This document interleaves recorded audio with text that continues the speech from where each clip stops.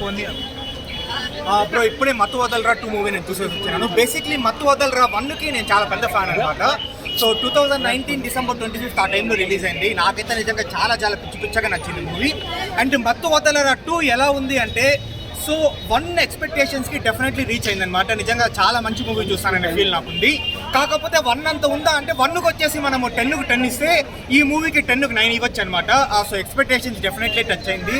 And మెయిన్గా bro seriously చెప్తాను, సత్యాని మనం undoubtedly industry number 1 comedian, correct comedian మనం చెప్పొచ్చు అనమాట. ఆ లెవెల్ కామెడీ సత్య చేసిండే కామెడీ టైమింగ్ కావచ్చు, సత్య ఇచ్చిన ఎక్స్ప్రెషన్స్ కావచ్చు, ఆ డైలాగ్ డెలివరీ కావచ్చు, ఆ చిన్న చిన్న టైమింగ్ ఉంటుందన్నమాట. సో నిజంగా ఇప్పుడు పార్ట్ 1లో మనకు వచ్చేసి ఇది దొంగలించడం కాదు తస్కరించడం అంటారు కదా.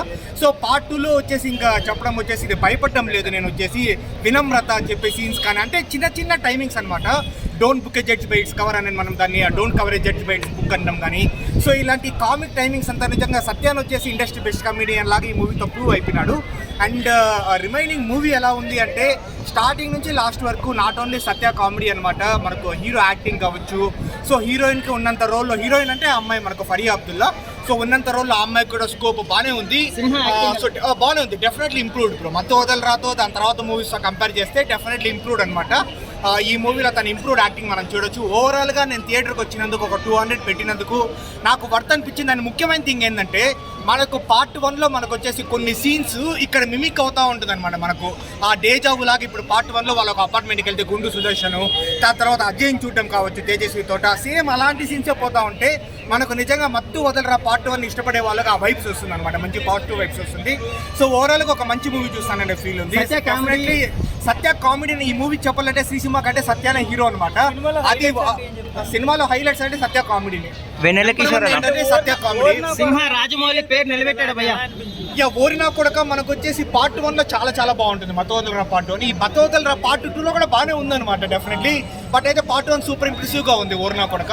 అండ్ ఓవరాల్గా అదే బ్రో, మత్తు వదలరా 1 చూసి ఎవరైతే 2 ఇలా ఉండాలని ఎక్స్పెక్టేషన్స్తో వస్తారో, నేనైతే మంచి హై లెవెల్ ఎక్స్పెక్టేషన్స్ వచ్చిన నా ఎక్స్పెక్టేషన్ టచ్ అయ్యింది. సో ఓవరాల్ నేను రేటింగ్ ఇవ్వలేను కానీ నా 200 పెట్టినందుకు వర్త్ అనిపించింది.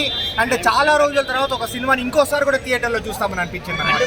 సత్య గారే డామినేట్ చేస్తారు, అది ప్రతి ఒక్కరికి తెలుసు అనమాట. ఈవెన్ డైరెక్టర్ కావచ్చు, హీరో కావచ్చు, అర్థమైపోతుంది వాళ్ళ ఫస్ట్ కాపీ చూసేటప్పుడే. బట్ అదే మూవీ మెయిన్గా ఏంటంటే సత్య కామెడీ బాగా ఎక్కాలని తీస్తారనమాట. So I'm very happy for the output అనమాట. విత్ అవుట్పుట్ మూవీ వచ్చింది, అవుట్పుట్ కావచ్చు చాలా బాగుంది మనకు.